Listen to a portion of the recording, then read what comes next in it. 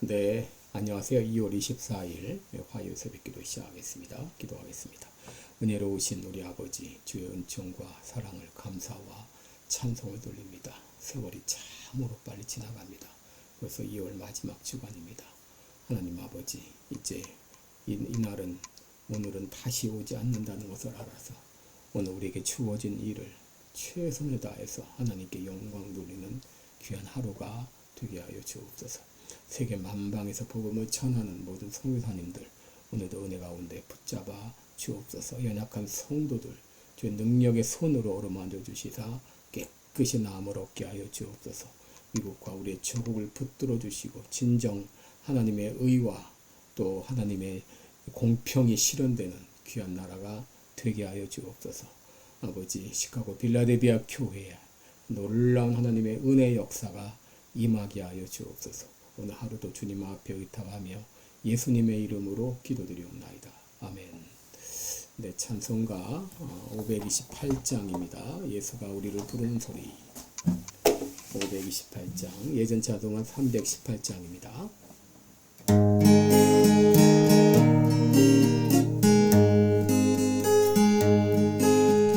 예수가 우리를 부르는 소리, 음성 부드러워. 문 앞에 나와서 사면을 보며 우리를 기다리네. 오라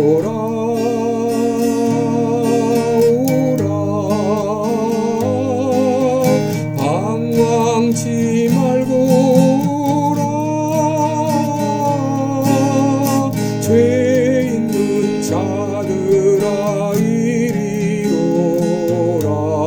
주 예수 앞에 오라. 간절히 오라고 부르실 때에 우리는 지체하랴. 주님의 은혜를 왜 아니 받고 못 들은 채 하려나. 오라 오라 방황치 말고 오라. 죄 있는 자들아 이리로 오라. 주 예수 앞에 오라. 세월이 살같이 빠르게 지나 쾌락이 끝이 나고 사막의 그늘이 너와 내 앞에 들리며 가리우네. 오라 오라 방황치 말고 오라. 죄 있는 자들아 이리로 오라. 주 예수 앞에 오라. 우리를 위하여 예비해 두신 영원한 집이 있어. 죄 많은 세상을 떠나게 될 때 영접해 주시겠네. 오라 오라 방황치 말고 오라. 죄 있는 자들아 이리로 오라. 주 예수 앞에 오라.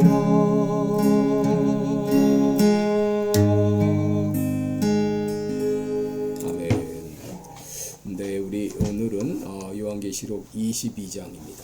22장 16절부터 17절까지 보겠습니다. 네, 요한계시록 22장 16절로 17절까지 제가 봉독해 드립니다.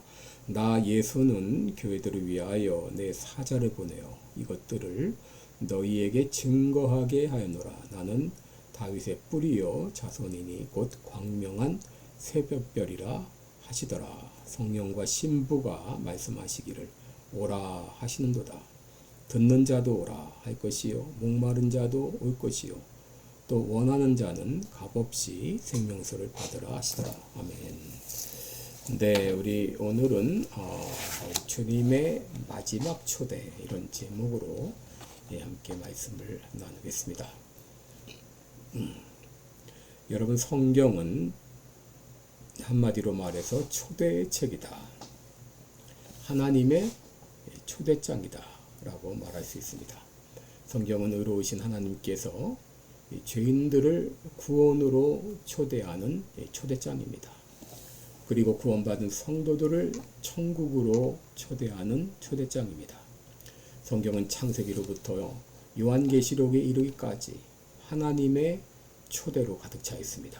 창세기 3장 9절에 하나님은 선악을 알게 하는 나무의 열매를 따먹은 아담과 하와를 구원으로 초대하시죠. 아담, 내가 어디 있느냐. 또 창세기 12장 보면 하나님은 아브라함을 초대하십니다. 너의 본토 친척 아비집을 떠나 내가 네게 지시할 땅으로 가라.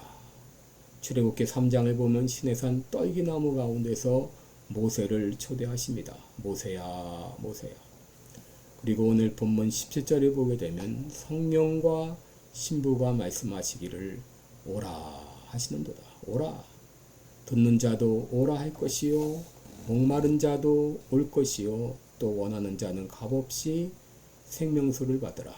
주님께서는 오늘도 수많은 사람들을 구원회로 초대하고 있습니다. 문제는 이 초대를 받아들이는가 아니면 거절하는가 하는 것입니다. 마태복음 22장 보면 혼인잔치의 비유가 있죠. 한 임금이 자기 아들의 혼인을 위해서 잔치를 베풀고 사람들을 초대했습니다. 그러나 정작 초대받은 사람들은 대부분 오지 않았습니다.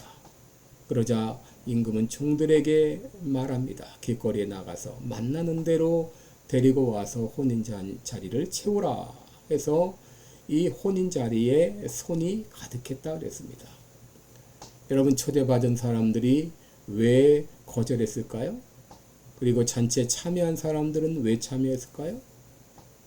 여러분, 거절한 사람들은 한마디로 말해 세상에서 잘 나가는 사람들이었을 것입니다.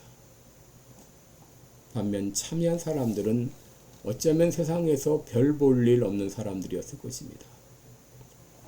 주님께서는 세상 모든 사람들에게 동일하게 초대하십니다. 그러나 그 초대를 받아들이는가 거절하는가에 따라 결말은 완전히 달라지게 될 것입니다. 초대를 받아들인 사람은 영생을 얻겠지만 거절한 사람들은 지옥불에서 영원히 고통을 당할 것입니다. 예수님께서는 사자들을 통해서 앞으로 되어질 일들을 상세하게 기록하게 하셨습니다. 그 이유가 무엇인가요? 사람들을 구원으로 초대하시기 위함입니다. 이렇게 앞으로 새 하늘과 새 땅이 열린다. 새 예루살렘 성이 열린다. 너희들 이곳으로 와서 영생을 누려라. 기쁨을 누려라. 이런 세계가 있다는 것을 알리기 위해서 사자들을 통해 앞으로 되어질 일을 알려주신 것이죠. 여러분, 이렇게 초대한 분이 누구신가요? 바로 예수님이십니다. 예수께서. 그분은 16절에 보면 다윗의 뿌리요 자손이니 곧 광명한 새벽별이라 했습니다. 다윗의 뿌리라고 하는 것은 예수님의 조상적 뿌리가 다윗임을 말하는 것이죠. 예수님은 하나님이실 뿐 아니라 인간이 되시기 위해서 다윗의 혈통으로 태어나셨다고 하는 것이죠. 여러분, 광명한 새벽별이란 새로운 시대의 도래를 상징하는 칭호입니다. 이 새벽별, 흔히 금성은 예전부터 새로운 날의 상징이었습니다. 예수님이 오심으로 새로운 시대가 도래하였음을 알리는 것이죠. 그 예수님께서 성령과 교회를 통해 마지막으로 사람들을 구원회로 초대하고 있습니다. 17절에 보면 성령과 신부가 말씀하시기를 오라 하시는도다. 여러분, 여기 신부는 그리스도의 신부인 교회를 상징합니다.